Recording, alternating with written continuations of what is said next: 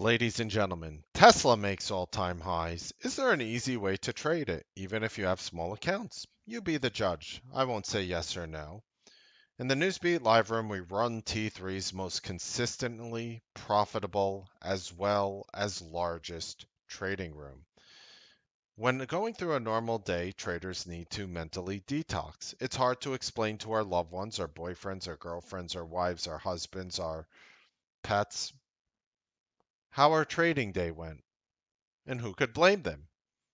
None of them have made a trade. None of them knows how it feels to take a position, hold it throughout the day, winner or loser. By going through this process with us, we're going to help you mentally detox and get some thoughts off your chest. We take unvetted emails, raw emails, and reread them with you. No other room in the industry has the balls to do that because they fear making the guru look bad. Running the most consistently profitable room here, running the largest room here, I don't really give a shit what people think or don't think about me.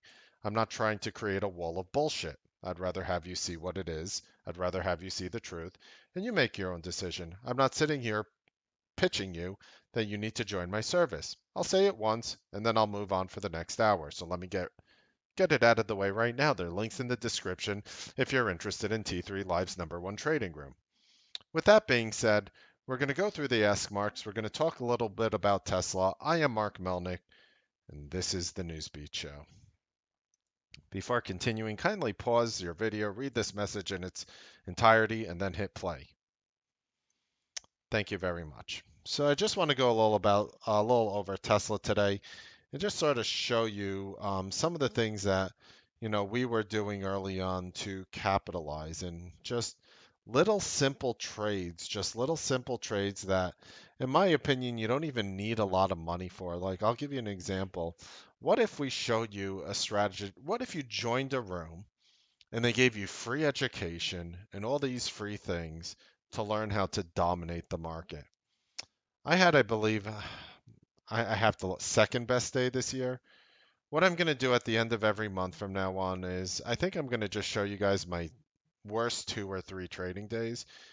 I think I'd rather show you that rather than that scumbag who, shorts small cap names or pumps small cap names at night and shows you $100,000 P&L that dipshit made many months ago and then acts like, he's onto something. I'd rather show you a little bit of honesty, a little bit of maybe you can learn from what we're doing here. So just even looking at something little right over here. Imagine this is a 1-minute chart. Imagine buying Tesla right over here as this 1-minute bar is coming up. You hold the thing for about 60 seconds to 70 seconds, maybe 50 seconds, maybe 40 seconds, and your position explodes. Your P&L goes up thousands and thousands and thousands and thousands and thousands of dollars. Seems almost too good to be true. Maybe it is, maybe it isn't. Maybe you can do it, maybe you cannot. But I do give you the strategies in which I use to take trades like this and capitalize in a meaningful way. We're going to go over the emails today, raw and unvetted. I can't tell you how many emails are going to be good. I can't tell you how many are going to be bad because I bring it to you raw. I bring it to you raw. There's no protection on. There's no protection on. We go in head first. We go in head first the entire time. Whatever we dive into is whatever we dive into. That's it. The only emails I ignore are traders who say private email, don't discuss on the Ask Mark. Those emails I will ignore, but I usually don't get many of them. Let's go through these emails. This is going to help you detox. This is going to help you grow. Welcome to the Ask Mark Newsbeat Show. Hey, Mark. Hey, I'm still paper trading and finding some success. I'm still unclear on the best way to change my sizing during the day in relation to different products. Products? What products? I hear you size down and you announce your size, which is very helpful. What would help me would be to know what your morning size is in different product. You mean like stocks? Is that what you mean by products? I understand it is going to have a lot of moving parts based on time of day, conviction based on volume, based on why the strategy is what it is, what the symbol is, what the spread in the options is, what day of the week it is, exactly what time it is, what upcoming events there are, what kind of analyst news flow there is, what kind of current news flow there is, and the technical analysis. But yes. Can you tell me what your morning size is for Tesla, Amazon, Apple, and Twitter? It changes based on everything I said. That way I will know how to change my sizing when you say you're doing 5 contracts in Tesla. So, all right, so when I size down in Tesla, I do 5 contracts. I could be up to 100 contracts. In a Tesla, I could be a 50, a 30. I don't know. It's all based on the situation. I think as soon as people try to make things so black and white, where here's exactly what, everything is at all times, they fail. Take the 2-to-1, 3-to-1 risk reward ratio, which Kahneman and Tversky's loss aversion principle completely pokes so many holes in anybody on Wall Street who tells you to bat 50-50 and make 2-to-1 or 3-to-1. That sort of bullshit. So instead of being that same bullshit artist who comes to you, fills your head with shit, and destroys the lives of 94, 95, 96, 97%, 98 maybe of the room members, maybe even 99 of the room members around them, give or take, instead of being that douchebag, how about I just be honest with you and say, you are asking too many questions based on parameters. It depends on the conviction. Are there morning analysts? I could be heavier if there are. If there are. Are we before 11 o'clock? I could be heavier. What does the bull flag look like? Is it a falling wedge? What other setups? Is it commingling with other setups? So there is no real easy blanket answer I could give you. And here's a website I made up, the American Psychological Association. Go read Kahneman and Tversky's loss aversion principle, which is, in my view, and read it yourself and come up with your own view, saying that people who take trades, in my example, that give a 50-50 chance for gains and losses, the negative repercussions outweigh the positive repercussions by 250%. Meaning it's 2.5 times worse to take a loss than it is a gain. Meaning if you are really batting 50-50 and doing 2-to-1, you might notice yourself making money, but then you're going to be so psychologically destroyed after a week, a month, 2 months, 3 months, 6 months, a year, 2 years, whatever that number is. All of a sudden, you'll start nosediving. You'll be like, "What the f happened? All my P&L is gone. Maybe dipshit over there is destroying me psychologically. Maybe he destroyed my life like he did the vast majority of the people around me." With maybe dipshit has no bad bones in their body. Maybe dipshit is flashing you some legs, talking to you about dark pools, smiling at you at the same time. You ever see the video where the guru starts off like this?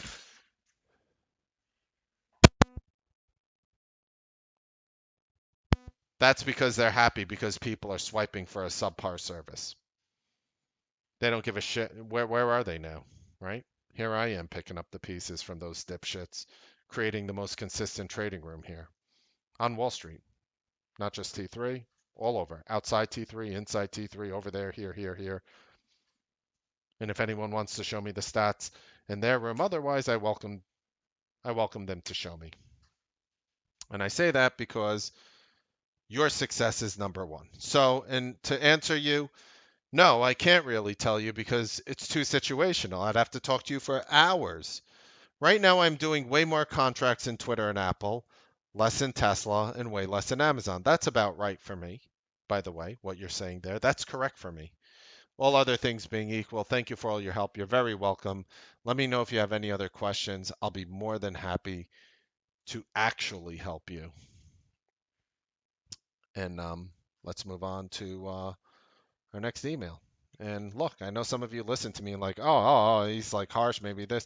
I'm just I've been, I've been running rooms more than most people here. I've been doing this job 13 years, going on 14 years as a running a trading room. I mean, I've been trading 21 years. And maybe you get to the point where you're so sick and tired of the way the industry continues to sugarcoat bullshit, wrap it up in a gift box and hand it to you. We used to light them on fire and ring people's doorbells and run away. Remember that? Hi, Mark. To ask or to bid? That is the question. Asking for educational purposes. Thank you. That's the only way I deliver it. Are we looking at the bid or ask? I'll read on. I tried both. If I take the bid into consideration, the stock slowed down and I lost money. If I look at the ask and bid didn't catch up, I lost money. I am only marketing in. When taking a trade, if the bid is slow to catch up to the ask, but the ask hits the trigger, do you still take the trade? Not considering front run. Why the F wouldn't you consider front run? What do you mean not considering front run? I am trying to front run. And by the way, if you don't know what front run is, we're referring to the front run strategy in which I offer members of this room for free education. I try to apply my front run strategy on everything. So what do you mean by not considering front run? That's like, Mark, I want to know what you look like in a pink ballerina dress without the pink ballerina dress.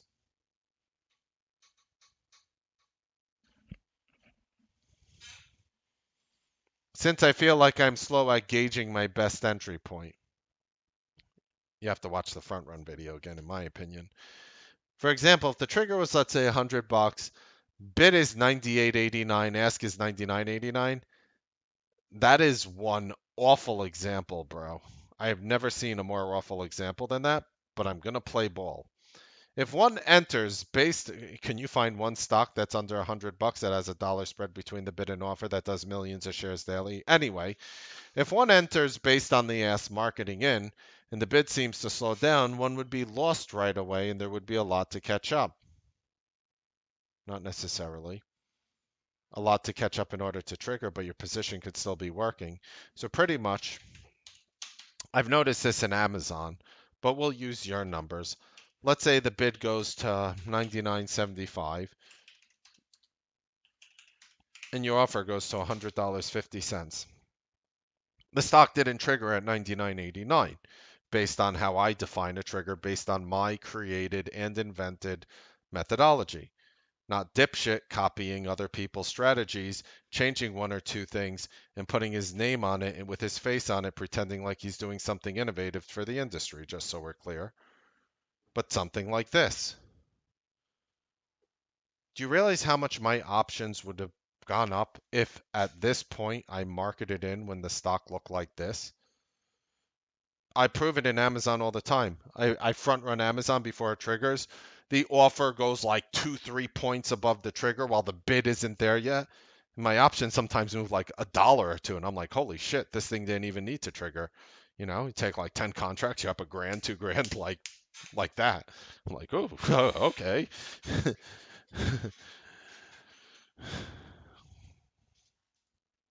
I still have to go through CT's PDF. He does explain it in the end, but I would like to get your opinion about the same. Just shared it with you, my brother. If I'm still learning to front run, what would be the best way to enter a spread bid ask that gets called out in chat? What do you mean by called out in chat? Are you talking me talking about it? Are you talking about Dave calling out my trade? Are you talking about somebody else bringing it up in chat? But anyway, you have to make your own decisions on every trade, bottom line. With me, without me, these are all your calls. So it would be easier for me if you came to me, Mark, you were calling this out today. What were you doing there? I can't speak on anyone else's behalf. If I am still learning to front run, what would be the best way to enter a spread bid ask that gets called out in chat? Paper trade, everything. Log in a demo account, effing hit the offer, get a shitty fill, get a great fill, do whatever you want. Write it down on a piece of paper. Just literally, with a piece of paper. All right, the offer's here, that's there. Just write in the worst price possible and assume no price improvement. And then when you want to sell, say, now I want to sell, look at the bid and write that down. And then record it down and see if you're making money. See if you could build up confidence naturally without spending a dime. Excellent question over there. And yeah. It seems like I'm always starting in the deficit and then hoping the stock goes in my way. Well, your platform might be recording you at the bid. So like for example, if you were to buy in here, it might show that you're down a dollar because the ask is a dollar away. Some of them take the midpoint. Sometimes you get price improvement. What software are you using? Not attaching trades, they were all rubbish. and I stopped trading once I realized I'm clearly doing something wrong. That's all right. Thank you. Well, I think this was an excellent email. It's an excellent email. The goal, you need to watch the front run video again.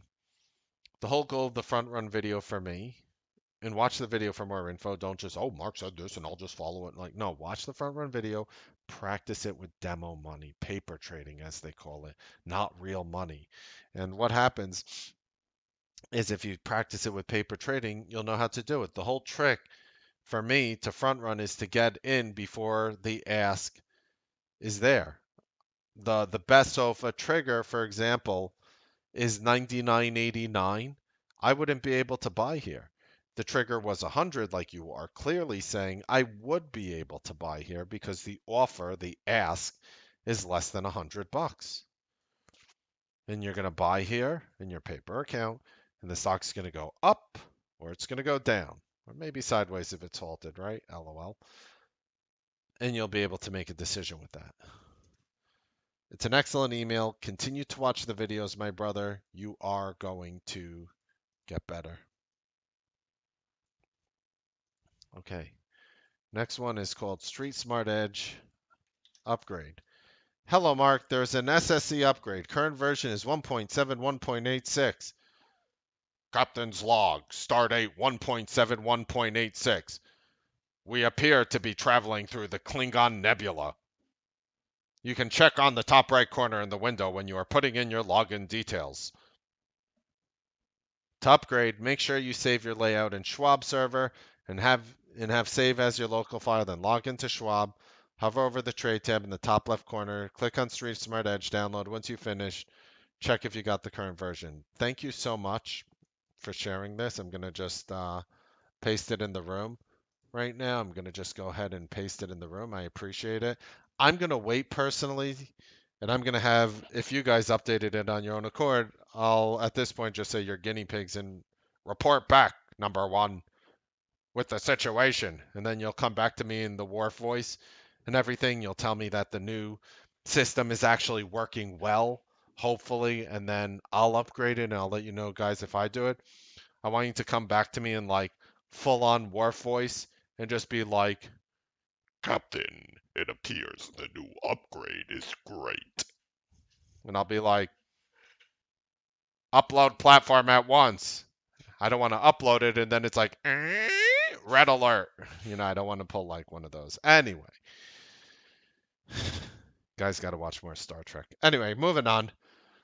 Thank you so much for sharing that, my brother. We're going to move on. Finally joining the party. Please do not go to one of Boof's parties. I think the fruit punch is spiked with something it shouldn't. You might end up on the wrong side of the rotation. Hey, Mark. Thank you for your wisdom last night. I am ready to turn the corner. Hearing about the success of other members finally sunk in. So today I pulled out everything in my cash account for $10,000 except for 10K to limit my ability to overtrade since I could only use the settled cash to trade. Also, I plan on limiting my per trade to a max of $1,000 until I get to consistency with the simple, easy, effective methods. I'm attaching my first day of trades with the last of my own picked overnights. Any wisdom would be greatly appreciated. I hope to start sending my trades daily for accountability purposes. You can always send me. Thank you again for all you do, and the flesh and blood boxes haven't arrived, and they're already selling for much more than what I paid. Just keep in mind, there's a disclaimer. You're risking 100%. I'm glad you guys are effing hitting a home run on this product. Ding! Let's move on. Let's see what you sent me. Let's take a look at your trades. All right. So other people can watch. If you're watching on YouTube and Facebook, I'm just going to copy and paste it and blow it up. All right, let's take a look.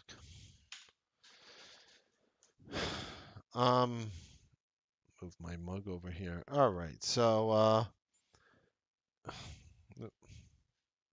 when you send me trades next time, can you sort them by acquired open date? over here. It makes my life easy so I can understand the psychological process for how you went ahead about your day. It helps me understand what you were doing, but that's okay. Let's see. Trading Tesla. See, Nikola's such a shit stock. I know I've made money in it, I've lost money in it. Then you lost in Kodak and Jumia. Funny. These are the names I didn't trade today. Didn't trade. No, I know they were called. I'm not saying they were bad to trade. I'm just saying I didn't trade them today. Fastly made sense to me. The DoorDash puts off the Citron chatter was good. And oh my effing lord, did you crush Apple? But here's the thing. Like, yeah, you came in, you made money on Apple, but the intraday stuff tagged you. I'm a little concerned about. No, look, I'm not pooping on your party. You made $1,400. I'm happy for you. My point is, if you, I'll just show you my point, and you tell me what you think. And I'm not saying I'm right or wrong. I'm just pointing out a fact for now, and this may or may not be the future right answer. So what I'm doing now is I'm just adding together the losses in the names that I didn't trade, including I'm going to subtract on Neo because I didn't trade that one as well. So I'm going to give you credit where it's due. And 60, 61, 62. For Fastly, we're talking about, that's fine. Plus 466. And my point is, you would have had another $626 if you did not trade. If you did not trade this, if you did not trade this, this, this, this, this, and this. If you did not trade those names, which I avoided, you would be up over $2,000. I'm just saying, great job on the Apple overnight. Proud of you. Sick call. 20 contracts, 83 cents. You crushed it. Keep up the great work. That is my 2 cents. Okay.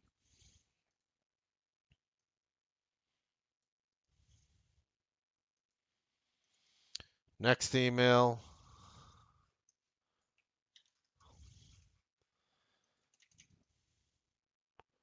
Hi, Mark. First, you are the man. Love you, brother. Newsbeat fam, you are awesome. Grab some popcorn.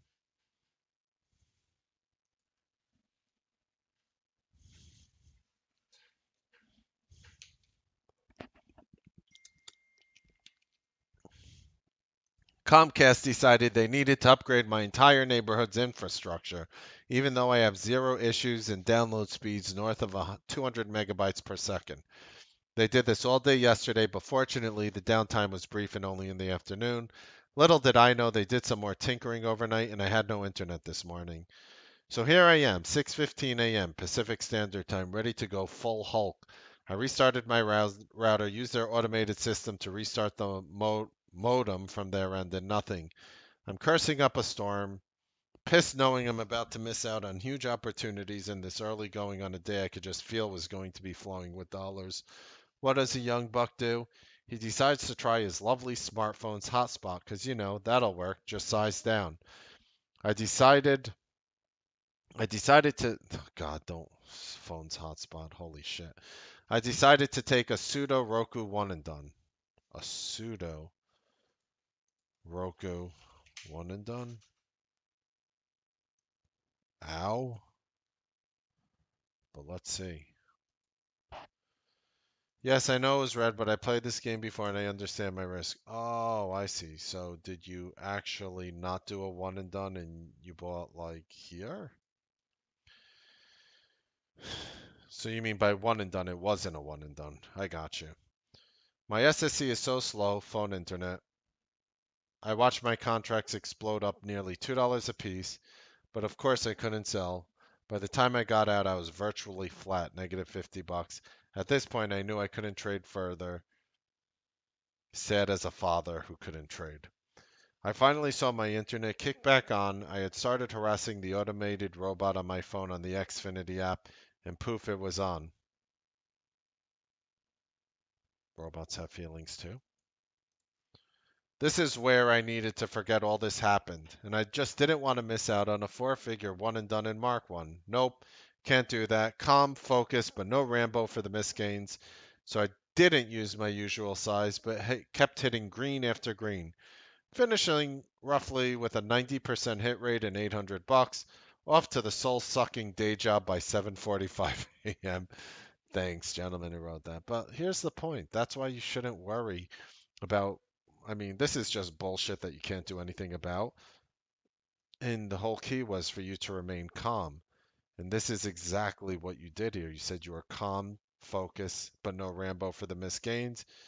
Typical, just coming in, just another bandit, batting 90%, walking out with some money, going to a job that pays you less to work more. I respect it though. You're doing what you got to do, and I respect everything you wrote. Next email. Help new member in chat. Hi, Mark. First of all, thank you for being so kind to emphasize new people to not hesitate to send you an email if they have questions. This is a big welcome. You are not a new member, you are family. It's like bringing a new child into the world, your family. Really appreciate it. Second, forgive me for my composition. English is not my primary language. That's okay. I'm just going to put words in your mouth, much like my wife does for me. I've been with other gurus without consistent profits. Welcome to 98% of the people who join other gurus in the industry. Matter of fact, my account is 15% less than the original amount in a year and a half. You mentioned last night gurus always show their P&L to prove their methodology works, and we get motivated, and for me, obviously, it didn't work. Yes, other gurus who sit there, they try to show you things. That's the whole point. They'll show you a number, they'll show you an attractive person standing next to them, they'll show you a beautiful view, they'll show you an expensive vehicle, whether it's a car or an airplane or I don't know, something. And that's what they do. And they try to literally lure you in. And they have enough marketing dollars behind them that once you swipe your card, the ends justify the means. Doesn't even matter if you're successful in the service. They want you to be successful. You'll swipe again at the end of the year. But at that point, they already won. The guru, I've been doing this job almost 14 years. I mean, I get it. Trust me. I know I know how the industry works. How many of them are actually sitting there answering your emails? None? Oh, okay.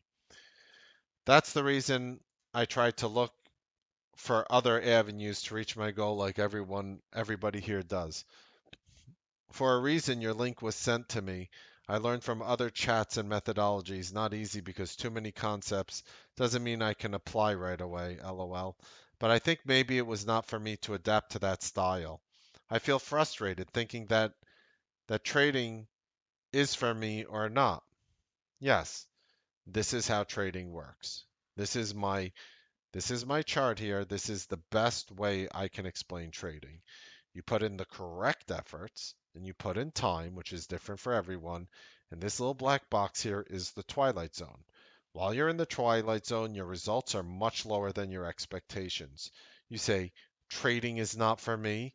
You say, I can't do this. You say, I'm doing everything I'm told and not achieving the results I want. Well, think about it. Just one of the gold standards in the industry are the make two, make three, make four, make five, risk one, right?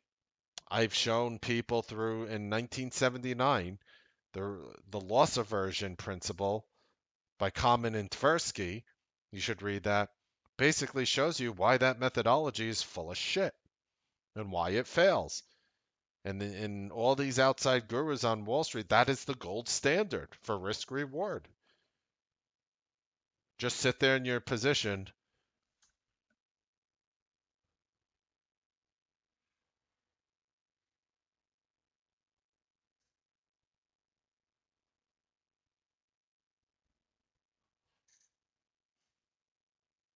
Does that sound familiar? Does that look familiar?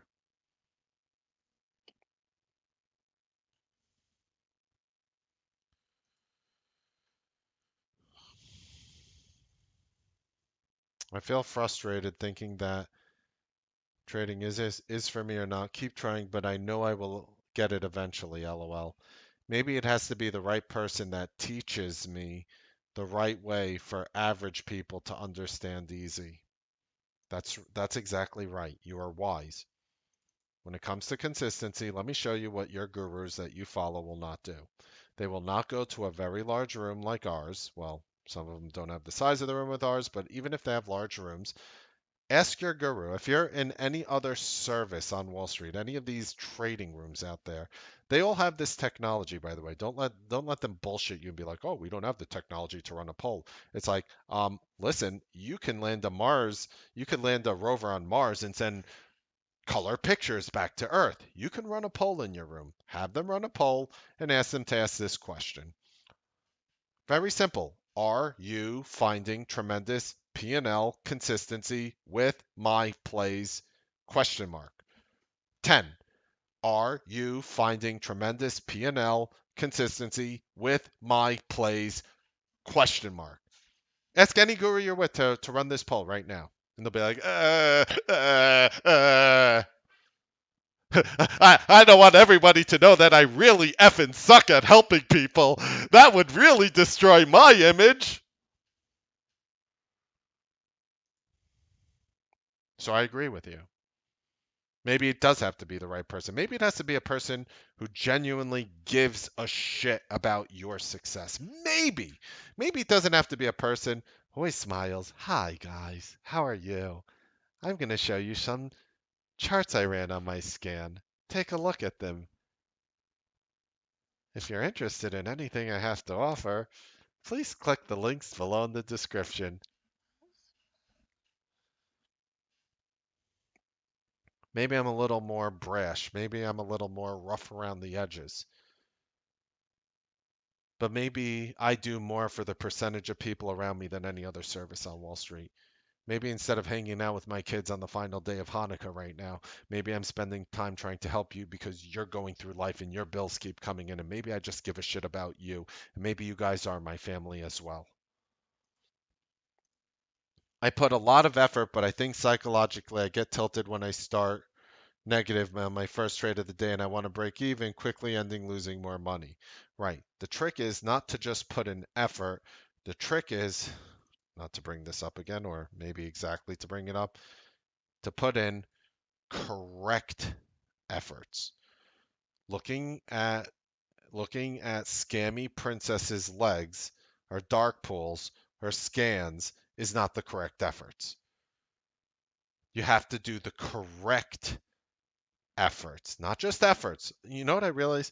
Not all, most traders aren't lazy. They're very intelligent, they're very motivated, they do a lot of hard work.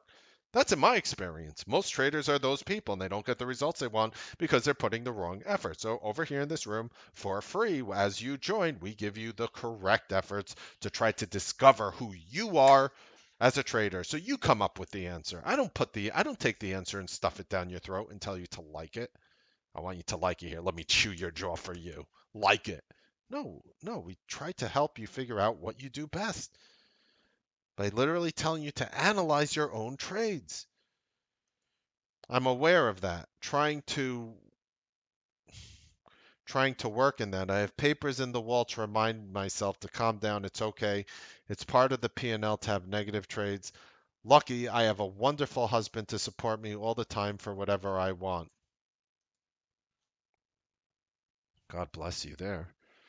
I have all day to trade if I want to at home without noise. To relieve stress from the trading, I work out 5 times a week, gym, and ride road bikes. Can you tell me which option do you choose?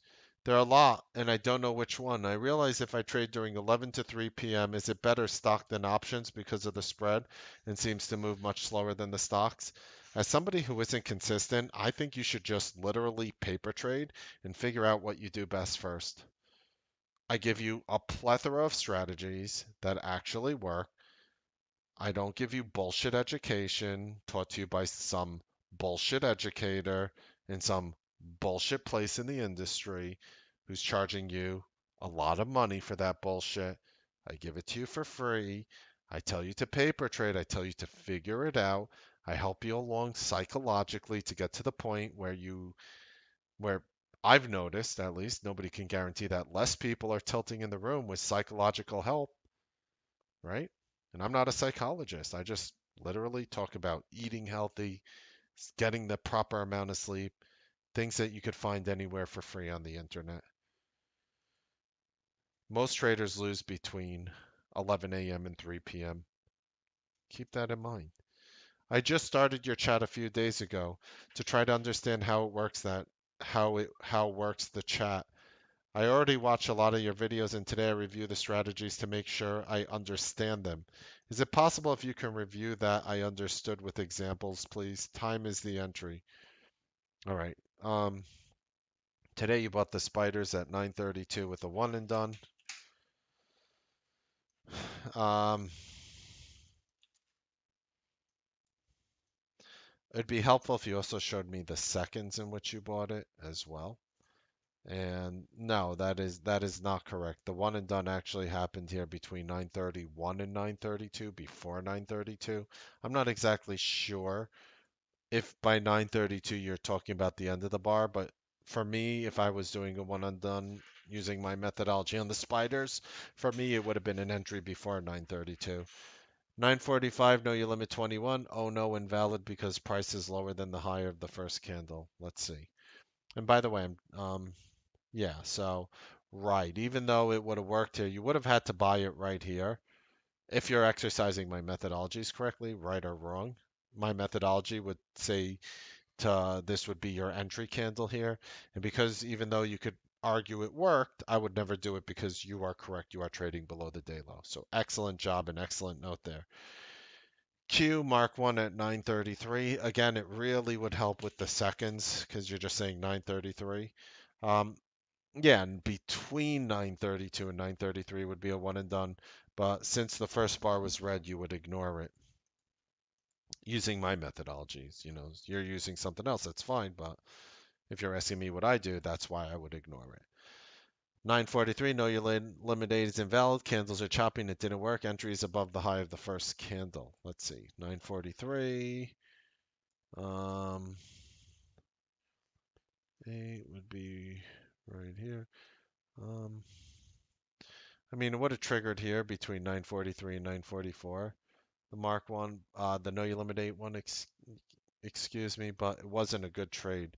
Usually I try to stay away from things like the Qs and whatnot when I do these strategies, but you could trade what you want. 9:58. Let me look. Let me move on to non-Q and spiders. Tesla at 9:32. The one and done didn't work. So I'm just showing you my candles to make sure I understand your times correctly because you're saying 9:32. Right. So it shows 9:32 here on the chart, but when it shows 9:32, it's between 9:31 and 9:32. This was a very proper one and done. It was set up perfectly and it only went up 66 cents and pulled back. I can make a good argument that that is a very accurate, good failing trade that you could have executed upon. And if it failed or worked or broke even, it made sense to me. 946 pivot point hit, standard pivot point at 946. Well, actually hit it between 944 and 945, right over here, by the way, just so we're clear. And whoops, let's just bring that up and bring up your question again. 932, the one and done, not valid right. So if the first candle is red on NVIDIA, that was the same reason why the other one, right. So that's an invalid one and done on NVIDIA. That is correct. PayPal, that's a lot of trades. I'm gonna go over just a couple more here, but right. Assuming it's not valid. PayPal. Let's look at the PayPal know your limit 8 at 946 real quick.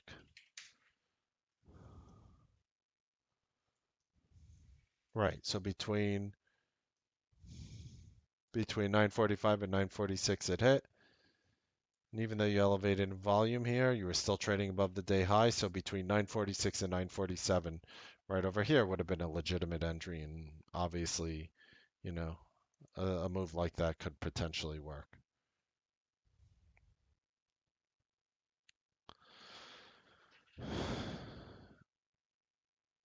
Is it valid if it hit the second time the ADMA? Right. You have to know what a chart reset is Watch my chart reset video. So normally it wouldn't be valid here, but you sort of you didn't really elevate. I would probably actually say this wasn't valid because you didn't really elevate in green volume, so you are making a good point. The PayPal would have not been valid. I'm just curious, like, it's okay to watch these names, but we're choosing names that work all the time as well. Just keep that in mind. Just for your notes, you should write down the names that, we choose here at the Newsbeat Live Room. And we work as a community, obviously.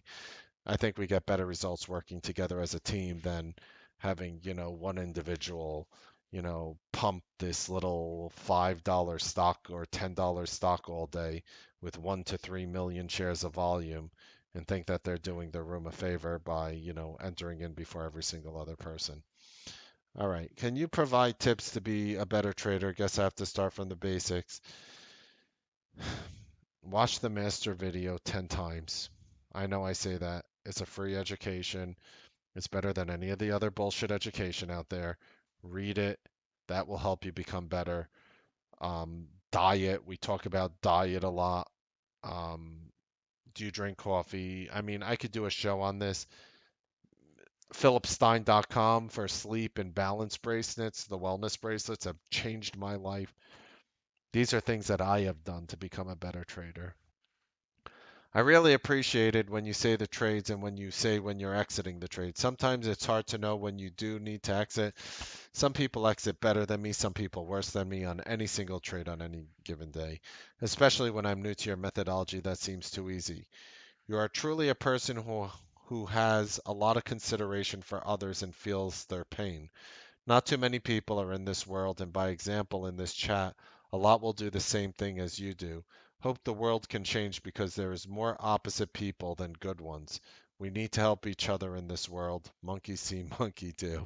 Thanks a lot for this new journey with you and all the members in this chat. You know, thank you for the beautiful email again, and welcome to our family. I will tell you that, you know, definitely share the steps, share the share what you're doing, share what you're learning every step of the way. Yes, I know there's a lot of these scumbag dipshit gurus out there who are doing psychologically devastating strategies while still getting paid. I know there's a lot of them who, scan these little bullshit small overnight stocks that, have very low volume. And I say it all the time. Like, let's say you take a $10 stock and it has 2 million volume. That's $20 million if you multiply 10 times 2 million, $20 million. If a guru is sitting there in a room and talking about that name all day and like, I like this one, like, yeah, I understand. Look, I talk about a small name here and there as well. Don't get me wrong, but like, what, 90 whatever percent of what I do plus is like big names. So when a guru comes to you and they're talking about anything, whether it's an overnight, intraday, swing, not swing, whatever it is, just to show you, like, I made most of my money. Most people made, in my assumption, most people made most of their money in Tesla today. Tesla, $655.90 is where it closed, multiplied by 56.1 million. Just to give you an idea of gurus who, there are gurus right now in Wall Street who you're responsible for their P&L. And people around them trade the shitty names they choose, and they get this nice P&L because the people around them are all following them only on this one name. And look, I get it. There's small names here and there. I get it, but there are gurus out there who like 60, 70, 80, 90% plus of the names are these small names. And it's like, well, if you have a $20 stock and there's 2 million shares, that's $40 million of buying power that moves the entire effing thing of the stock on the day. And when I go ahead and you do the same thing for me in Tesla, like what we're trading today, I would need $36.7 billion in order to do that same bullshit as some of these other gurus. You see what I mean? So when I'm coming out calling Tesla's doing whatever the F it wants. When Scammy Princess who shows her legs comes out and talks about XYZ stock, a $20 stock, which did 10 million or 5 million or 3 million or 2 million or 1 million shares or half a million shares, that's the flow. It's just that little room. It's that little room of parasites. And that's why you got to be careful out there. Be wary of the guru who is not always focusing on super thick names. Warning, scam alert, warning. You know what I never understood? Like, why don't those gurus just literally send flowers, cards, and chocolates and Christmas presents to everyone in the room? Because their room is responsible for what? 70, 80, 90% of their P&L? And then they'll come back to you and they'll show you their P&L. Like, look how good I am. Look at these guys. Look at what I did. I made $2 million. Thank you, everyone. Send me all your addresses. I'm sending you chocolates in the mail.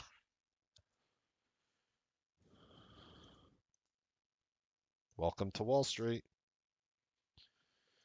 I tell you this so you understand what kind of bullshit is happening out there. Love me, hate me, you don't like the way I talk. I don't give an F. I probably don't want to have a beer with you. Take it for what it's worth. Hey, Mark, after Booth slapped me upside the head about tearing up a little, I already like where this email's going. I decided to do 3 contracts on the best setups. I have a good hit rate on the first Mark 1s in the morning, so I took 3 on the first Tesla and Roku trades. Worked great on Roku. I only did 5 trades between 11 and 3. After our discussion yesterday, I'm kidding. You could do whatever you want. I can't tell you what to do. I'd never tell anyone what to do. But 2 were news plays and 1 was a good Tesla setup, though I shouldn't have done any. Exactly. I scaled them way back. Since you're giving me a winky smile face, I'll excuse it. I'll take it. I'm good with that. The only really stupid trade was a chase of Tesla during that big run at the end of the day. I fought the urge for so long, but just couldn't take it anymore. Like an idiot, I bought at the top and sold right away. Could you please look at my trades and tell me how I did otherwise? I had my best day in months P&L wise, thanks to the tear up in the morning. Boof broke your shell. Boof broke your shell. How about a round for the boof? Let's take a look at your P&L, bro. You Newsbeat, bro. Let's take a look. All right. So you sized up on a Tesla, $48 loss, not the end of the world. You sized up on a Roku, $233 gain. Totally awesome. Trading smart. Here is my question. Did you make money? This is the one thing I want to know, and I'm not saying it should dictate the future or not. I just want you to see it. That is the only reason I'm doing it. What happened between 11 and 3? I just again, whatever the F you want to do is whatever the F you want to do. Let me see how you did between 11 and 3. And quick math, you made about 15, 16, 17 bucks. Okay, cool. But look at that. Look at that. Best day in months. All I can say is congratulations. Awesome day. I had one of my either. I think I had my second best. I had my second best day this month. What I'm going to do at the end of the month is I'm going to show you my 3 worst trading days. Do you guys think that's fair? Do you think I should do that? Maybe they'll be all red. Maybe not. Think I should show you my 3 worst trading days at the end of the month? I'll show you 3 worst trading days. No? Yes, most. We'll see. End of the month isn't here. Congratulations. I like the names you chose. You chose, some of the thicker names here. Not, Scammy's Pump and Dump Palace, flashing legs, talking about dark pools on Facebook. You know, you are able to trade the real big thick names. IMMP, yeah, yeah, I see. You did great. I think you did great, and I love it. And keep up the great work. Literally needed Booth to break you out of your shell. All right. Hi, Mark. Quick email today. I know there are a few people in the room who use Fidelity Active Trader, so I thought I would share an image of my layout in case it helps anyone. Basically, in the middle, you see direct trade tickets similar to what you use in SSE, which are linked to the charts on the right and the option chain on the left. I have one dedicated to my day trade account and one for my swing account. Important to separate these. I also have my positions in the top left and pending orders in the bottom left. I'm usually able to get into trades quite fast with this layout, although I admit it is a few extra clicks compared to SSE. Hope this helps anyone who is on Fidelity. If anyone needs help setting things up, just let me know and I'd be happy to help. Thanks, Mark. This is, well, since you're offering your help, this is Josh Hendrick who wrote this email. He's literally sharing his entire. Oh, and he has SSE down here. Check that out. He's literally sharing his entire layout for how he trades. From what I see, he is a phenomenally successful trader. In my opinion, will be a seven-figure trader easily, if not this year by next. Very, very, hold on, Fidelity Active Trader, Josh. All right. And I'm going to go ahead and I'm going to put it in the room drive. I'm going to upload his layout for those using Fidelity. And, greatly, greatly, greatly appreciate you stepping up and doing this. It says error uploading. Why? Why is there error uploading? Weird. Maybe I'll just tweet it out.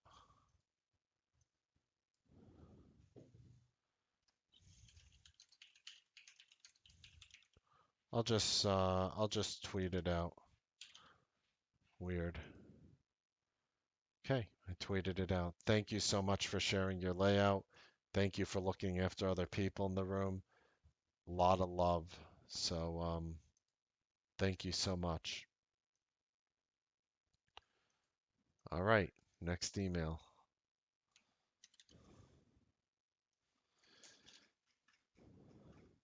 Hey Mark, I want to check in and let you know how I'm doing. I'll try to keep it short. I'm in pretty good spirits about trading and starting to feel things are coming together, notwithstanding the fact that I finished the day 25% off my high water mark. I've done everything external I could think of to optimize my trading. New super fast computer, new private internet line, keeps wife happy and kids happy streaming, low latency gaming mouse, etc. Yet there are some areas of difficulty that are holding me back. The beginning of the week was a challenge because of Street Smart Edge issues Monday. Yeah, that was a pain in the ass and some local connectivity issues I personally had on Tuesday. I was able to overcome both relatively quickly without tilting or getting toxic, even though I ended both days red. I believe I'm generally trading well in the right names, high probability setups, tiering appropriately, etc. However, I find that while most of my trades are profitable each day, there are always a couple of days where a few losing trades makes my P&L negative on the day. Not to the point of, "Oh my god, I can't do this," but why or how did I let that happen? I could have had a green day. I know this will sound trite, but I'm still holding my losers too long and not letting my winners run. I would have said that I'm exiting positions very quickly, possibly too quickly, whether they're working or not. But I've begun keeping meticulous records and in reviewing my hold times, and while I definitely improved, I'm still holding the losers too long. The one thing I thought was slowing me down is limiting out, which seems to get me a slightly better price profit on the winners as they go up, but kills me when they go the other way or when I'm slow or late to sell because I have to adjust and mark it out. What further strategies or exercises might there be to ingrain the habit of getting out of losers faster? This is an excellent question. I've attached the last 2 days of trades with setup details and hold times, column H, and I'd appreciate your thoughts. Also, any strategies for how to trade very low conviction, non-traditional setups when I can't tear down low enough? For example, if I generally take 5 to 10 contracts, or maximum 2 on Amazon only recently, but loving it, and you call out a low conviction and you're tiered for 5, I can't take half a contract. Well, you just said you take 5 to 10 contracts. So why would you translate taking less than 5 to 10 as half a contract unless you were taking one? I'm just curious. I can't take half a contract, and I find it difficult to trade very small shares and stay disciplined. At the same time, I start to feel a kind of FOMO frustration when I miss a trade that works out. As always, thanks for your encouragement and all that you do for each of us. Wishing you and your family a happy and joy-filled last day of Hanukkah. You know, I find it funny. There is no real such thing as like a Jewish happy day. I mean, this Hanukkah thing is such like an Americanized Jewish thing. Like back in 198 BC, when the Greeks conquered Rome, one of the kings, someone the third, allowed Jews to have religious freedoms and believe in whatever the F they want and didn't have to have hedonistic beliefs or Greek beliefs. Then that person's son took over, whoever, some dipshit the fourth, and basically said, all you Jews have to not be Jewish anymore and not, a religious Jew in that sense. And then all the Jews who wanted to be Jewish stood up and fought, and there was this tremendous, bloody, extremely bloody civil war, which a lot of people died. There were some Jews on the side of the Greeks, there were some Jews who wanted to continue their faith, and then they were inside the temple, and it was dark because they had to do it in secrecy, and they had enough oil to light up the candles for one night, and the oil and the myth or whatever lasted 8 nights. And that's why we have 8 nights of Hanukkah. But I always find it funny how like people give out presents and have a happy Hanukkah. And it is happy. Like I love giving my kids presents, don't get me wrong, but am I the only one who finds this like again, calling out bullshit whenever I see it? Ding! Always there for you. Um, all right, let's take a look at your tier. Just thought I would share that. Yeah, I guess Purim is a happy, joyful. That is the one for sure. Um, right, you lost $234 today. 100% idea iPhone entry. Um, let's see. Let's see today. Let's see.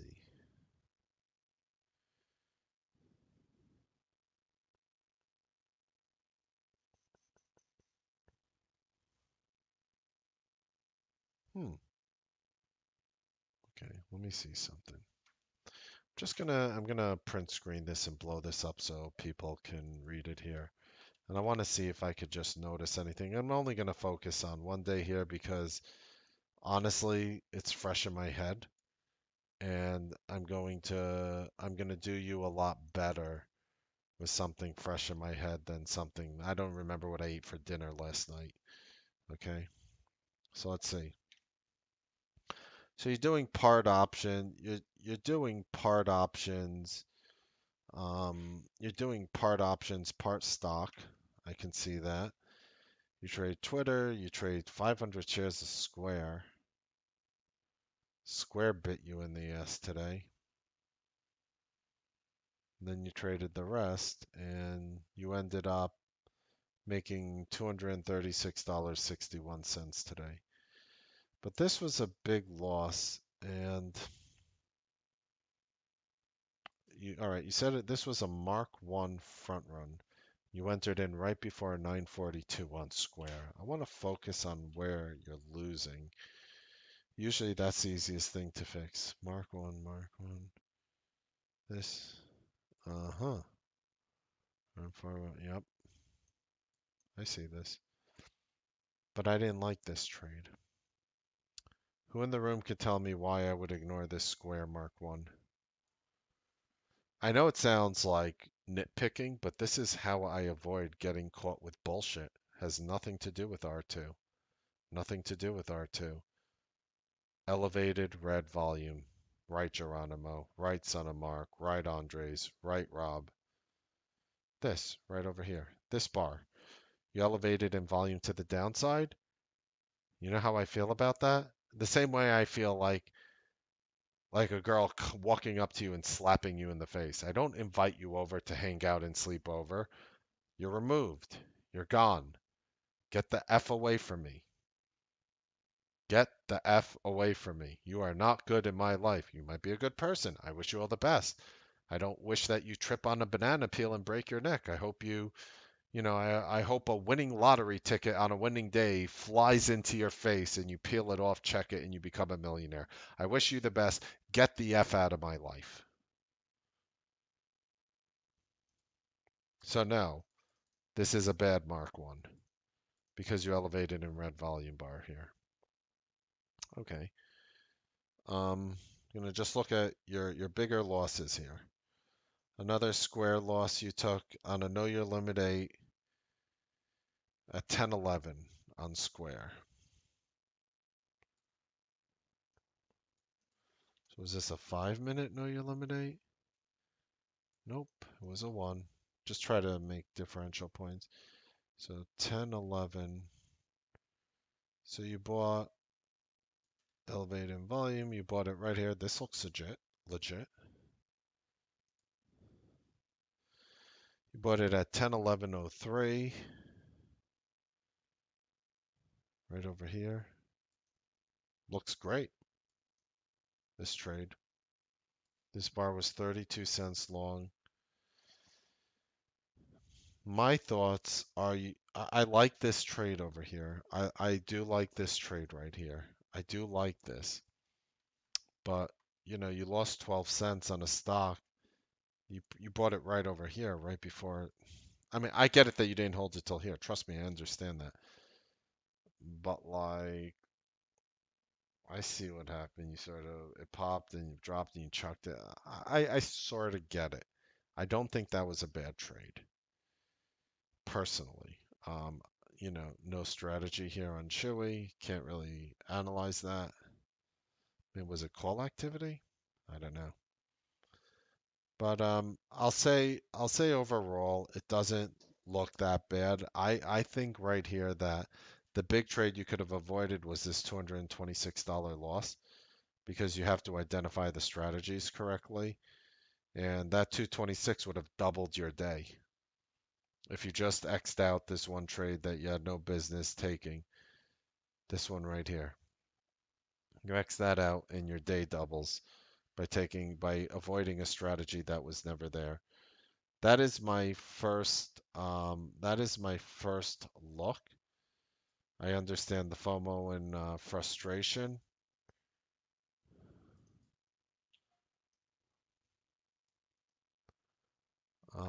That is my thoughts.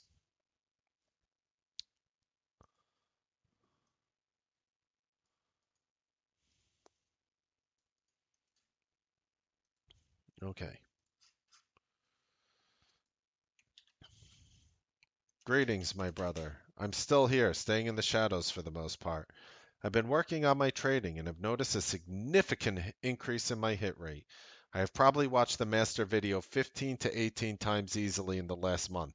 This is the effing key. I know it seems tedious.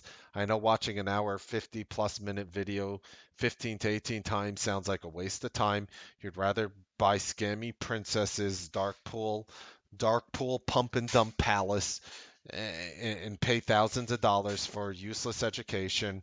But you know what? You took the free education and you watched it a bunch of times. Good for you.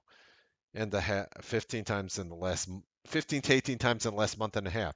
Today I decided to trade Roku and only Roku. When I focus on just one name at a time, my hit rate goes through the roof. Ah, you're finally discovering yourself as a trader. Sounds like what I tell to everyone. By putting you in the right psychological environment, nurturing and growing, we try to get you to that level. Life has been interesting for me as of late. I think I just needed a minute or two to detox.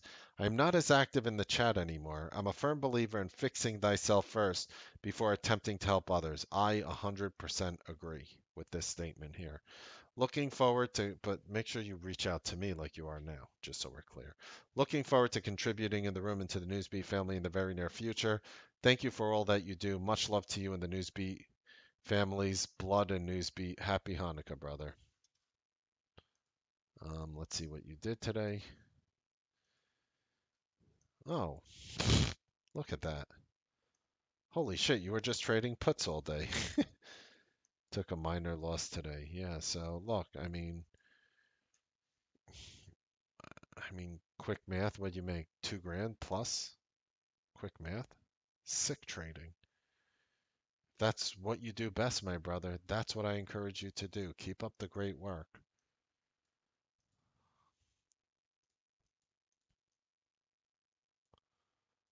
Next email. Mark, I wanted to write this email to hopefully help other new and newer traders. I have been trading with you actively for 3.5 months. I took a 3.5 month break due to running a seasonal company in the fall. It's my first week back and I have had a great first 3 days. Today I made two serious mistakes that were very costly. I believe it is due to three main reasons. First, I have a tendency to let losses run big. Once they get too large for my comfort level. Second, I will continue to hang on hoping that they will come back. I have studied enough of your videos to know that hope isn't a strategy. Unfortunately, the danger is in the fact that sometimes these losses come back to at least break even. This may be due in part to the 5347, it's actually 5743, but yes, I get your point, paradigm that you have talked about. But when they don't come back, they hurt big, not to mention the psychological toxicity. These losses were early and affected the rest of my trading day. Of course they do. They drag on. Third, these losing trades were bought either after, you know how they say when it rains, it snows? Or is that what they say? When it pours, it rains. When it rains, it pours. Whatever. Anyway, when it's cats and dogs falling from the sky, catch them and adopt a pet today. These losses were early and affected the rest of my trading day. Third, these losing trades were bought either after the trigger or bought when the chart looked like it would continue to increase. These trades also affected my winning trades. I cut them short to make a small profit instead of letting them run higher, which almost all of them did. This hurt my overall profitability today.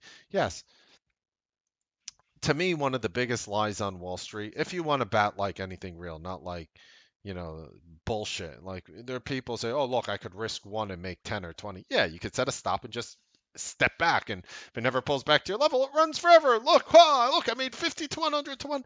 It's a bullshit strategy in my experience. It doesn't work for the majority of people in my experience. In my experience, it's impossible to let your losers run and cut your winners short without just saying, look, I'm buying here and I'm risking 3 cents and look, I made $1 and I risked 3 cents.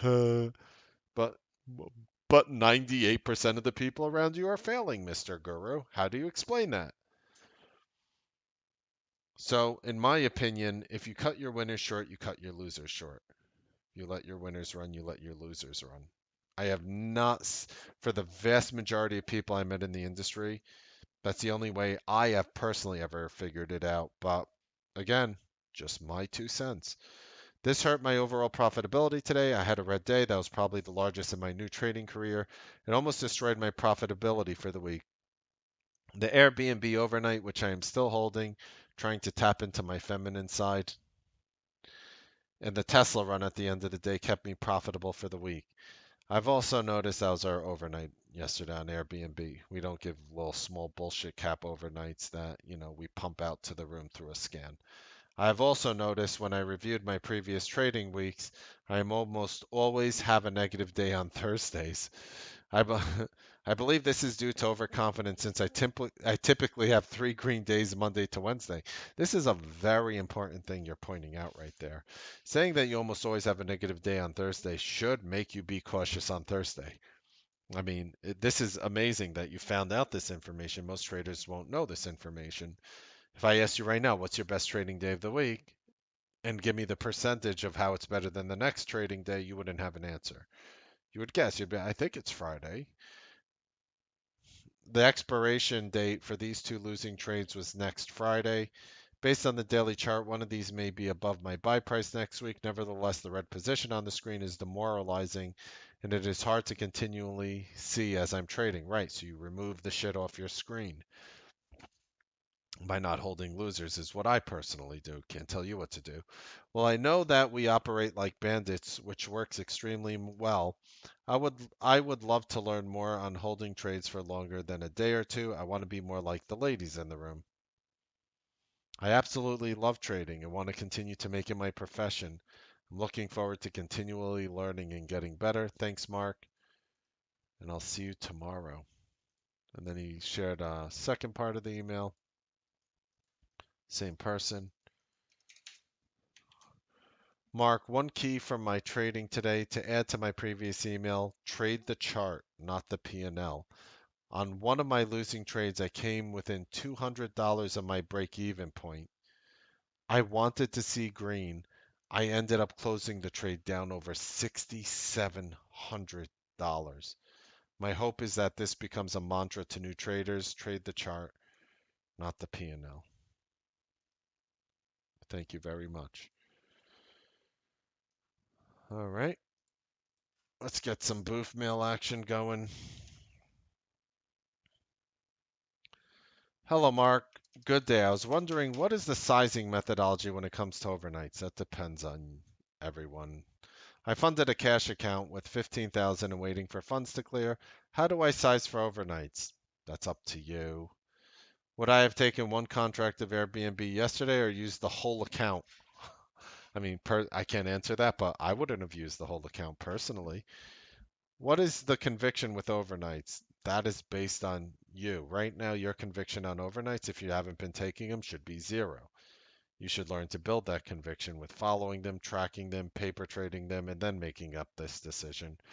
What if you take multiple overnights? Would I tier one contract for all of them, or would it be disproportional? Three on one idea or five on another. I personally don't care about this money, of course. I don't want to lose it, but I'm flexible with it. I want to know if I can make dollars consistently just from overnights. Who knows? Um, Prior results are not indicative of future performance. If I can succeed with overnights, I would be able to build accounts for family members and close, very close or close family friends who have helped me in the past. Very interested in these overnights, and I don't want them in my main account. You're gonna have to figure that out yourself. I would personally try 50 of them on paper, and I know that sounds boring for you, and you're gonna do whatever you want at the end of the day, but that's how I would approach it, and then see if it works. And if it works and you like it, then, you know, do what you want. But I can't legally tell you what to do with that, but I hear what you're saying. Paper trade it, build the confidence, then make your own decision. Hello, Mark. As you know, I've been in the room for about 7 months and I've learned a ton from you and other Newsbeat Live members, so thank you all.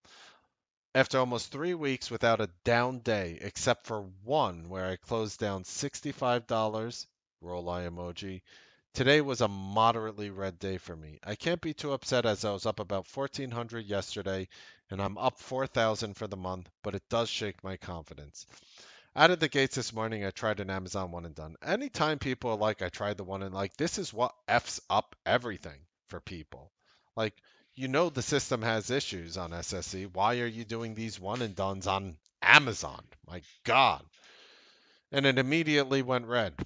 I did learn something, however. There was some discussion recently in the room on charts, bar colors, and noticed my charts on SSE were set from previous close versus from open to determine the bar color. So you learned something from it. That's very positive. Changing this setting to from open made the first Amazon 1 minute bar red. If I had this setting, I would have not taken the one and done trade. Is this the right setting? I believe so. For me, it's open versus close.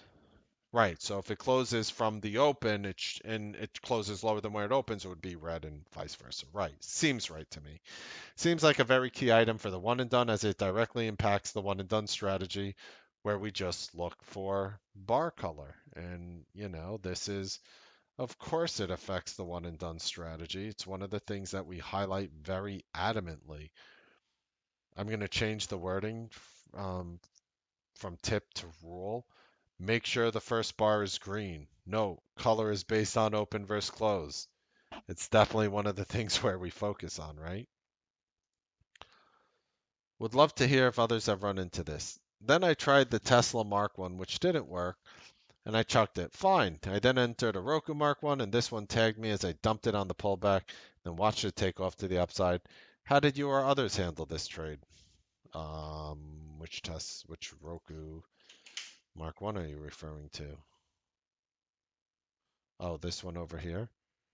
I made money on this one. I don't remember, I'm making it up, 3, 4 grand in a very short amount of time on this 1 little minute trade here, personally.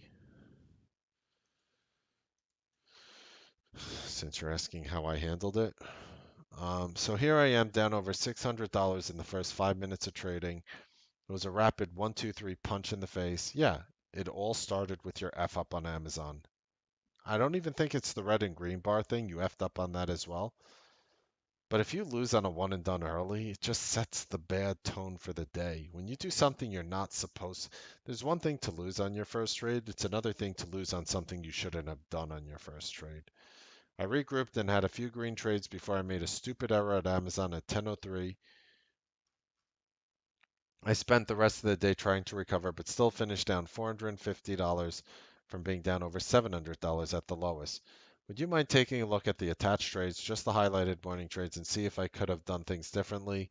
That 10 a.m. Amazon trade was a pure toxicity and frustration driven trade, and me not selling sooner, my old nemesis, and it's embarrassing that I'm still falling victim to it. As for tips, I don't feel I'm quite worthy of giving trading tips, like amateur golfers giving tips on the tee box, lol. Since there's so many more qualified traders in the room whose level of success I aspire to reach, the one thing I would say, and is worth noting in my honest opinion, is I only trade a few contracts at a time, 50,000 plus margin with Schwab. I do fantasize about buying 10 to 20 Amazon or Tesla calls and watch them rip, but days like today remind me of how easily I could have been down five figures if I did so, which would have been catastrophic. I've been there and will never let that happen again, so I think it is extremely important for folks to distinguish between their willingness to take risk versus ability to take risk. Someone with a regular job or other stable income trading for a little extra income can probably take more risk as a blown account could be replenished. But someone who relies solely on trading for income and does not have a large account is taking on much more risk and should trade accordingly. So for now, I'm staying focused on consistency and will be happy if I can average $500 per day. Last note regarding folks posting their P&Ls. I have no issues with that, and it's great to see what's possible, up or down, as it motivates me. It's amazing to me. It's amazing to me how people have grown their $5,000 accounts into six figures. Congratulations. It would, however, help a lot with putting those P&Ls into perspective if those posting these shared how much of the account in percent that P&L represent. For example, on a 50,000 day or $500 P&L day, I know I'm just sharing account sizes, maybe a touchy topic for some, so just my 2 cents. Hope that doesn't offend anyone. Sorry for the long email. Thanks, Mark, for everything. This room is indeed life changing, or at least heading that way. Happy holidays. Um, the problem with percentage of account is it just gets to the point where it's effing useless because there's this one dipshit on Facebook who has a face like this, and there's this little number that says he's up 120. It just says a green number, 121% in his account, and he's like, and it's like, technical analysis does not work. I used to be from Goldman. I have a shitty monotonous accent. I make 121%. Like, do you realize what you realize what I would do with a $5,000 account? Like, do you realize what I could do with that account in a month? Like, it would be the stupidest thing you've ever seen, percentage wise. Like, it would be the dumbest thing ever. I would have slower days early, and they would grow and they would grow. Just my opinion. I don't know. I rarely ever have losing days. I'm down one day this month, knock on wood, and I fight to be consistent every day and help other people around me. God bless me. But I can't put a percentage of my account per trade at this point, so it doesn't really matter. So what if I take 10, 20, 30, 40, 50 Tesla calls, 100 Tesla calls? It doesn't matter where my account is, whether it's at 50,000, 100,000, or a million or 10 million, right? That's my opinion. Don't try to focus too hard on the percentage. You're still up for the month. You're still doing well. I My thoughts would be keep be very careful of one and dones. I'm not sure how much of your month was made in that, especially with the system issues. But yes, indeed, in your example, Amazon was a red stock, it was a red trade. I completely get where you're coming from. That's just my 2 cents. Okay, I'm just going to try to blast through these. Probably going to have to go through on our fireside tomorrow and get through everyone's emails. I don't think I'm going to be able to do it again here. I love you guys. Hola. I've been focusing on Mark 1 and Mark 5s. In the occasional news flow, I've been entirely tuned out of Twitter, FinTwit, no CNBC, no extra opinions, just this room 100% in tune. Once again, I didn't size up today and had nearly $1,000 day. In the past 2 days, I have made a week's salary I would in my day job. A bandita and I were on the phone the other day, and she said, "Wow, I assume you are making 5 digits daily." And I said, "No, I'm just doing what the room does, Mark 1 and 5. If I make $200 in a day, I'm absolutely thrilled. If I make anything extra, it's just more happiness. You asked for tips, etc. I have only two. If someone made 5 digits on a trade, it doesn't mean that you did badly. It means they have a different risk tolerance and or more money to trade than you do, or they're a female, or both. Either way, you shouldn't feel bad, especially if the latter. It's true, women are better traders than men. B, don't give up. I know it sounds obvious, but think about it. If you look at most of Mark's tweets in the morning lately, there isn't much expected. It's the same thing. News flow, trade well, here's what I'm watching at the start. Sure. Roku 2 out of 10. It's nice, but it's rare. We all know this. But then things start moving and it changes your day instantly. Exactly. I used to look at Mark's tweets and sometimes be like, okay, I'm just going to go back to sleep. Wrong in caps. Wake up every day as if it's going to be a big day, even if it isn't. Be present, be aware, be there. Hope this helps. Thank you, Mark. Attach some beautiful screenshots. Um, so this is Newsbeat Trader. Yeah, just almost $1,000 day here. Very minor losses, doing very well, very small. 1 to 3 contracts, sometimes 4, just super duper light. And oh my God, what is this? This is beautiful. This is beautiful. This is beautiful. He's literally showing what a smooth equity curve looks like. You want to know why all those strategies out there are bullshit? Because this is what your equity curve should look like. It's called a smooth equity curve. And following Scammy's pump and dump black box dark pool dipshit theories, but you might get some more leg action by somebody who's not cute. This is the way you're supposed. This to me is the way you're supposed to look at your P&L. Almost every single dip I see in a chart nowadays in my P&Ls when I withdraw money. When I look at my equity curve, it'll drop when I withdraw money. That's where my equity. It's not really my trading. It's just withdrawal from the account to take money out, and that's what I usually see on a drop. Otherwise, practically it goes up almost every day. And that's the right mentality. And this sort of mentality is going to get you to that future. You're up $6,700 for the month. The month is not over. You're doing great for what you feel is great. And if you're happy, I'm happy. Keep up the amazing work and thanks for sharing.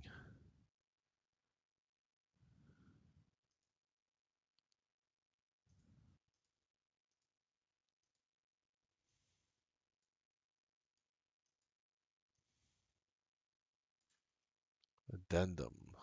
All right.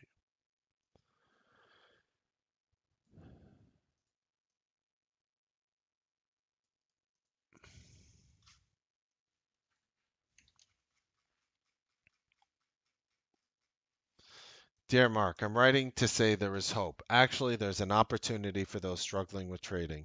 I want to say I understand. I have blown up my account a few times before coming to Mark, and I've stayed alive as a Newsbeat bandit, meaning my account has been green. Sometimes not by much, and my capital changes depending on when I pay my bills. I want to be a six-figure trader, and Mark would say I am, but I recently made a few mistakes and my account suffered greatly.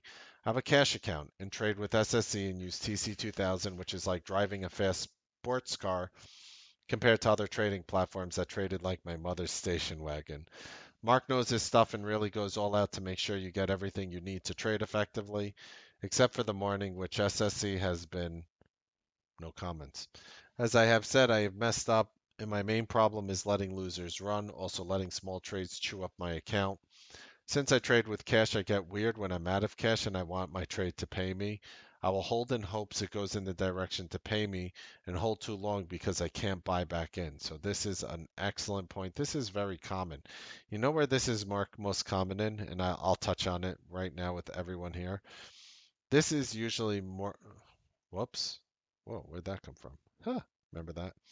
This is a lot more common when traders are prop traders and they have a certain risk limit on their account. How many people can relate with the following statement if you're a prop trader? Only if you're a prop trader. You have a loss limit of whatever number, let's say it's $1,000. And after you're in a trade and you're down more than $1,000, if you close it out, you're done for the day. So you hold it and pray it comes back. How many people can relate with that? I can. Well, right? Crazy, right? This is the same thing you're doing here. You run out of cash to trade, so you hold in hopes it comes back. I feel you. It's not the right thing to do, but I understand where you're coming from. For instance, I'm holding Square now, and half an hour before it went up was $100 up. Now, after I went to get a coffee, why the F are you getting coffee while you're in a trade? Like, whoever said you could walk away from your computer while in a trade? Usually, if I have to take a pee, or God forbid, a dump, I am throwing away my position or putting in a stupidly tight stop. Yeah, I used the word dump. There, I said it. Who thought? Melnick was a human being too. That's too much info, Mark. I didn't know that you used the bathroom from both ends. Now, after I went to get a coffee, it went down and down, $6 down. On one contract, it has essentially wiped my profit for the day. I was for a moment up $400 and set a limit to sell my two contracts. I asked myself, what the F am I doing? And I was hoping to sing my success, but question mark happened. What happened? The stock tanked, even though I believe it will pop. I am learning to take the money. When I bought the contract, the 235 was paying well immediately, but then I bought another contract 240 call and it went down. I added and it messed me up. Why would you add? Just asking. Psychologically, and I've been twisted lately, or toxic, as Mark says. I've been going to a hypnotherapist who is helping me. Last week I felt it was over. I was doomed and my account would go to zero. I wrote Mark and he looked at my trades and ripped me a new one saying, "What are you doing calling this a one and done?" Yeah. Sometimes sometimes additional orifices to release your stress are very needed in individuals. I am ones that try to create new orifices where there was once none.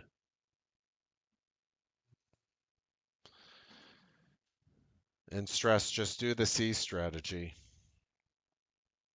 So this weekend I watched the master video again and read the printouts.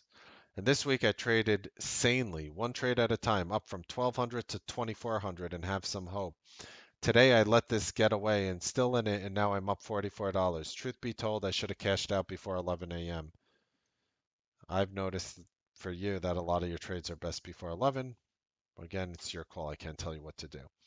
I trade 9:30 to 11 and look to take an overnight around 4. Sometimes lured in and it requires some discipline. Now I'm just saying if you don't know how to trade, take Mark's overnight ideas. You'll be more successful than not. Mark has an uncanny formula that he won't share. I want to explain this. Why? So I have an overnight formula. And he's like, he has an uncanny formula, which I won't share. And I haven't shared this overnight strategy with anyone. The reason is it keeps changing. It's a dynamic strategy. And instead of being one of those dipshits who ask you to manage a dozen trades in any given day, 5 trades, 7 trades, 9 trades, they'll teach you their 1, 2, 3, 4, 5, 6, 7, 8, 9, 10 favorite strategies in which they use. And then they'll just take a steaming dump of stocks all over a bullshit scan and tell you, okay, now manage 10 names. I can manage 10 names. Can you? Most traders are not making money. Most traders can barely manage one name. Yet here's dipshit telling him to manage 10 trades, telling her to manage 10 trades. And I'm sitting there like, huh? So instead of charging you for a subpar service, which will 90 whatever percent lose you money. I would rather shut the F up on what I'm doing and share it with you for free. See how beautiful that works? But he does share his overnight, so it's a good way to profit and will pay for the room easily. Yes, I know. People have told me overall, with the winners and the losers and everything in between, that it's by far the best overnight system they've ever used and seen. If you want it, you could get them for free as a room member. You get access to Twitter, even if you're not in front of your computer.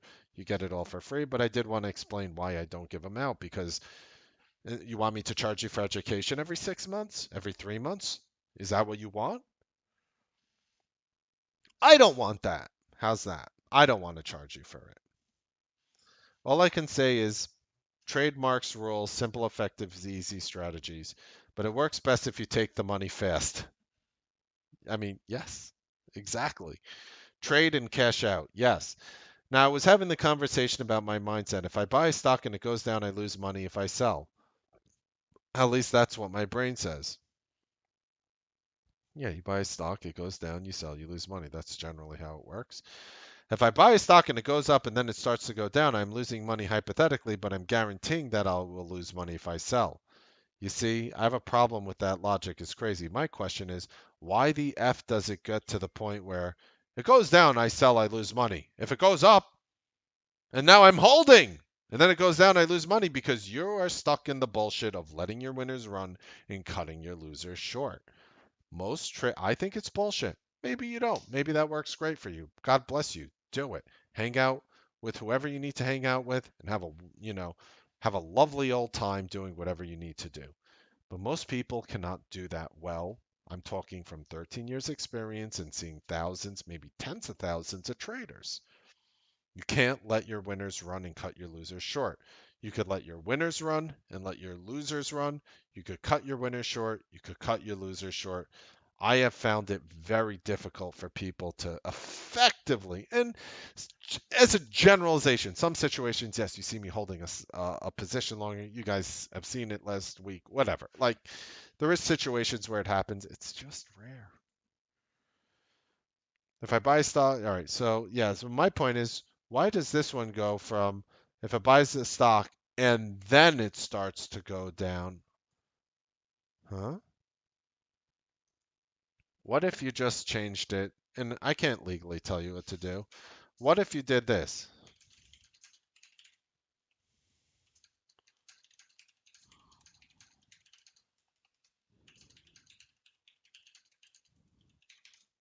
I'm just asking. I'm not telling you. I can't legally tell you what to do, nor would I. How about this one? I'm talking to myself. I buy a stock. If it goes up or down or sideways, I sell. You ever think about that for a moment? I know it sounds crazy. You're probably talking to the most consistent trader here in the entire firm. Again, you want to spread our panties and take the Pepsi challenge. If people want to take offense and they want to show the track record on a month by month basis, we'll start with December and we can move on to January. I don't really care. I don't really care what people have done 7 years ago or 3 years ago. Let's talk right now in today's environment. Because when I trade tomorrow, I'm trading today's environment. The environment changes, the market evolves, right? And why am I saying, am I boasting? No, I'm not effing boasting. I'm telling you what I do. I can't tell you what you should do. If I buy a stock and it goes up, down, or sideways, I sell. Notice it always leads to the same conclusion. It's not like, well, if it does this, I'll hold, and if it does this, I'll do this, and if it does this, and if it does this, and if it does this, and then you're so pent it up with psychological toxicity that you don't know which avenue to take. What if your method of trading was like a dog's digestive tract? Does anybody know what a dog's digestive tract looks like?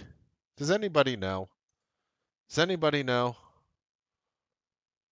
You want to see a dog's digestive tract, how it works? I'll show you how they digest, but more importantly, how it works. Look, it's very simple. The dog's digestive tract. What they do is the food goes in and it just goes out and they shit it out in almost like a straight line. You eat the stock, you digest it. Maybe it felt good. Maybe it gave you a stomach ache. Maybe you felt great afterwards, maybe you didn't feel it, and then you shit it out. As opposed to, I'm eating something, it's not feeling good in my stomach, so I'm going to stick a cork up my ass and try to hold it in as long as humanly possible. How about that for thought? You ever think about that? You ever think about that?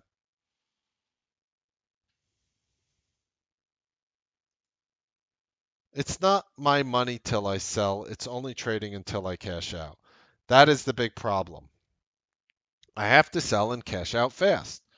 Cash out and don't look back, take the money. If you sell if the trade goes again, if you sell if the trade goes against you, truth is you will keep your money if you sell out immediately.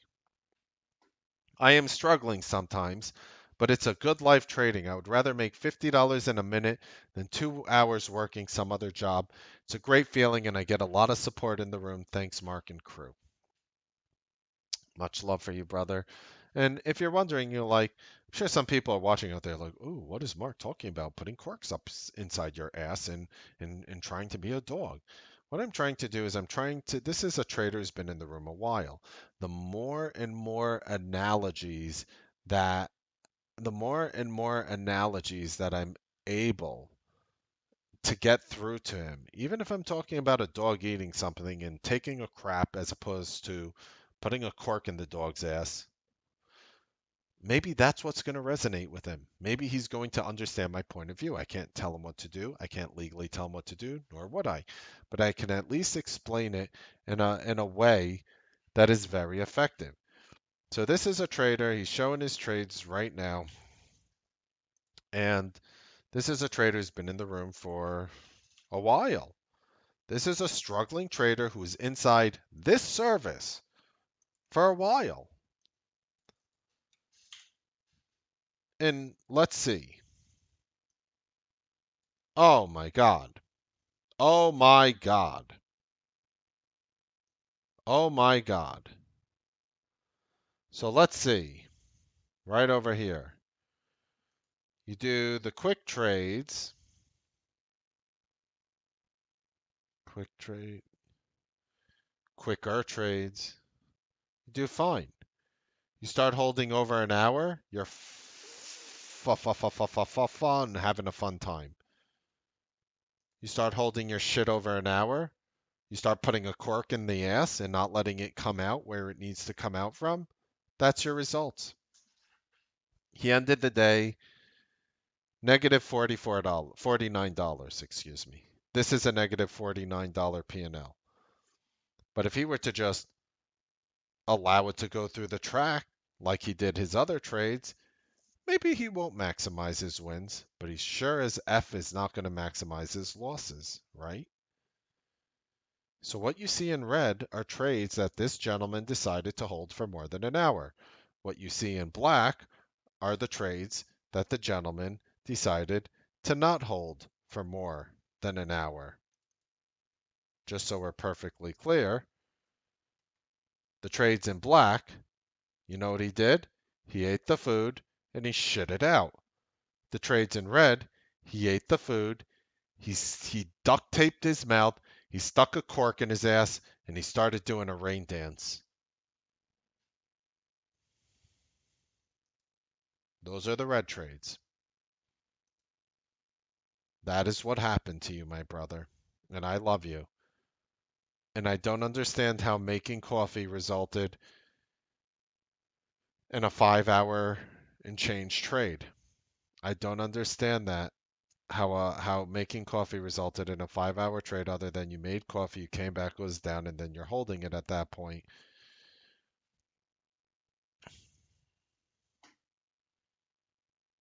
To me, I can't legally tell you what to do. For me personally, I see something like this, and the first thing I think here, the first thing that I think on something like this here is when I sell my shit immediately or I allow it to come out where it's supposed to come out from, I'm a pretty effing good trader.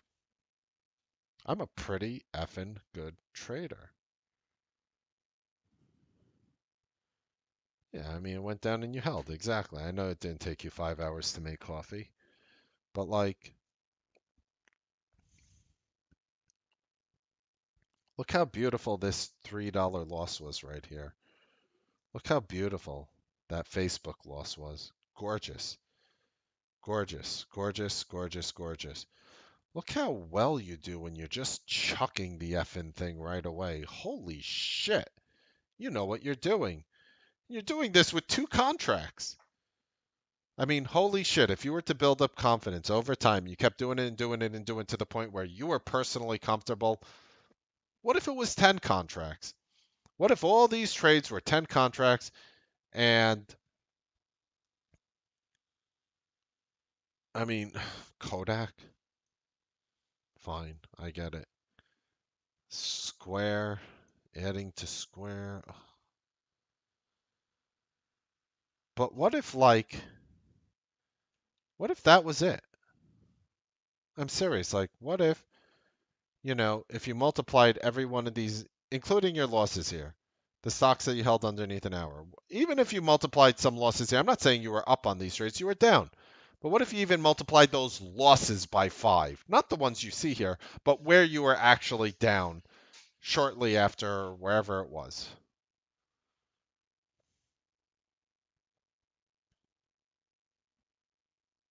I'm serious. Where would your P&L be if you were doing 10 contracts instead of two? It would look like 100. I don't want to pull out the calculator. It'd look like 110. It would look like 110 here, 110 here, 250 plus here, 215 here, 215 there, 185 here, 150 here, $15 loss here. All of a sudden, you're a four-figure trader. All of a sudden, you're making quarter million plus a year. All of a sudden your life changes. How do we get you to that point?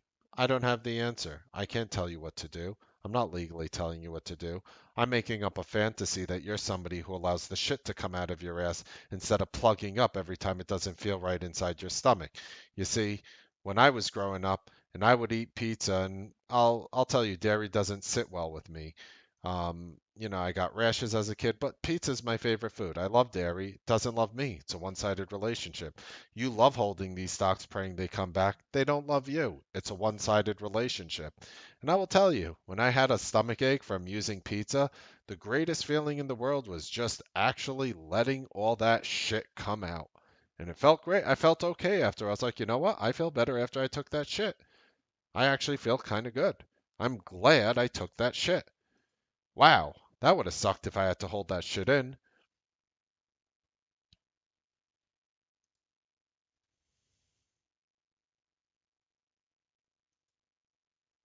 But you're holding it. I'm just pointing out. Do whatever you want. When you hold a trade for more than an hour, shit hits the fan. Which is ironic because you're holding it in so it wouldn't hit the fan. But I think you see my point. I know I'm missing emails tonight. We're going to have the S mark tomorrow. Somebody's saying their best day ever. We'll get to that tomorrow as well. Um, to me, it's so obvious, but again, I can't tell you what to do. To me, it's so effing obvious that I'm talking about dogs eating and taking dumps at this point because that's how I'm desperate to how desperate I am to explain it to you. If I explain it to you to dump it early, pun intended, it doesn't resonate. I've done that for years. That's my fault actually partially. As much as you might say no, it's my fault. You're financially responsible. You're responsible for all of it, but I didn't resonate with you. I was unable to resonate with you to explain to you that you have to stop doing this shit. Ironically, again, trying to tell you to take the shit when I'm saying stop doing this shit. But stop doing the things of holding losses for a long amount of time. And that is what is destroying you, in my opinion. That is what is killing you, in my opinion. I can't tell you what to do, but maybe you'll go to bed at night and you'll say, maybe I have to be that dog who just lets the shit out instead of trying to plug myself up. Maybe when I have a losing trade, and it doesn't feel good and my stomach's upset, maybe I'm looking forward to taking that shit and letting it go. And maybe that's what's going to ultimately resonate with you. I hope you guys enjoyed this Ask Mark.